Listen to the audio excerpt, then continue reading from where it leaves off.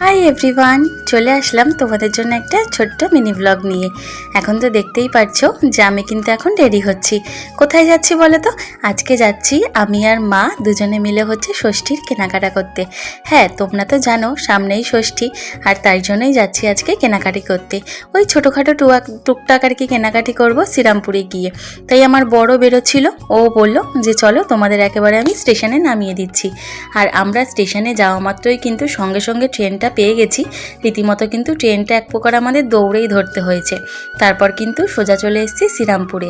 আর এখন শ্রীরামপুরে যা কালেকশন, সমস্ত দোকান তো রাস্তার ধারে তুলেই দিয়েছে, তবুও কিন্তু এখানে টুকটাক ফুটপাতে কিন্তু অনেক দোকানেই বসেছে।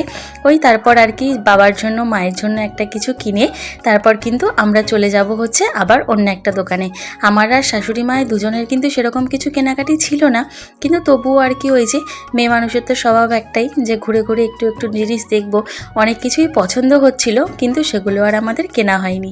কি কি কিনেছি সেটা তোমাদের সাথে পরে শেয়ার করছি। আর কাকু আমাদেরকে রীতিমতো জোর জবরদস্তি কিন্তু এইটা দেখাচ্ছিল, উনি চাইছিল যে আমরা এটা কিনি, কিন্তু এতটা পরিমাণ জিনিসটার দাম চাইছিল যে আমাদের বাজেটে সেটা একদম বাইরেই ছিল। তারপর চলে আসলাম ওখান থেকে সোজা কানেরের দোকানে। আর আমরা মেয়ে মানুষ হয়ে যদি রাস্তাঘাটে কানেরের দোকানে না ঢুকি তাহলে তো বোধ হয় আমাদের পাপই হবে। তারপর এত গরম লেগে গেছে যে তোমাদেরকে কি বলবো। ওই 12 টাকা দিয়ে আমি আর মা দুজনে মিলে কিন্তু মা খেলো থামস আপ আর আমি খেয়েছি একটা ফান্টার বোতল। এই দুটো খেয়ে তারপর আমরা চলে যাচ্ছি আবার অন্য একটা দোকানে। ওই যে শ্রীরামপুরে আসলেই কয়েকটা বাঁধা ধরা দোকান আছে যেখান থেকে আমরা আর কি জামা কাপড় কিনি। তারপর চলে আসলাম এই কাকুর দোকানে জামা কাপড় মানে দেখতে। কাকুর দোকান থেকে আর সেরকমভাবে কিছু নেওয়া হয়নি। কাকুর দোকানের পিছনের এই কুর্তিটা আমার খুব ভালো লেগেছিল, কিন্তু ওই যে কিছু কিনবো না বলে আর নিইনি। স্টেশনে এসে ট্রেন ধরে সোজা নেমে পড়েছি কিন্তু রিকশাতে। আর রিকশায় এসেই আমাদের কিন্তু এই ফেমাস ঝালমুড়ির দোকান থেকে ঝালমুড়ি নিয়ে আমি আর মা সোজা হাঁটতে হাঁটতে এবার চলে যাচ্ছি হচ্ছে বাড়িতে।